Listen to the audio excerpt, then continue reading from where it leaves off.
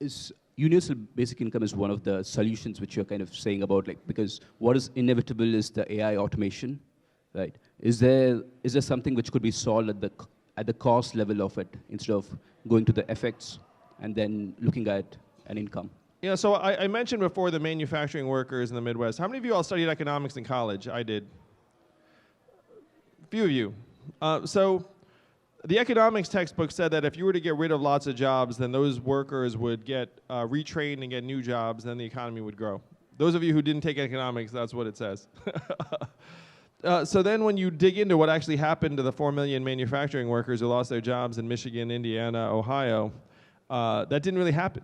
You know, like about half of them left the workforce and never worked again, and then about a half of the ones that left the workforce filed for disability.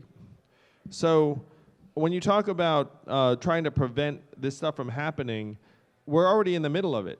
Like, you know, we got rid of manufacturing workers, we're getting rid of retail workers. By the time it gets to truck drivers, then it's going to be like chaos and madness and violence.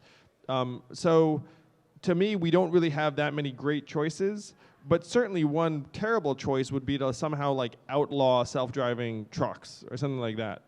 Like, because that's really just shooting yourself in the foot, where you're literally just like making yourself less efficient to try and just give people stuff to do.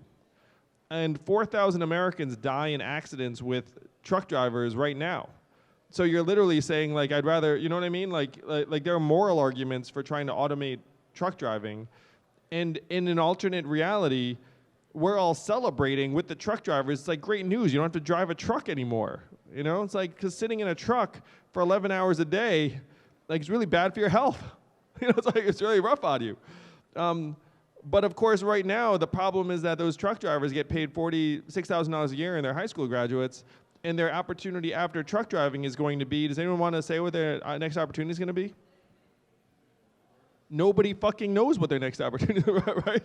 You look at it and be like, oh, what is the job for like 3.5 million 50-year-old men, like, who've been driving a truck for like, no one knows.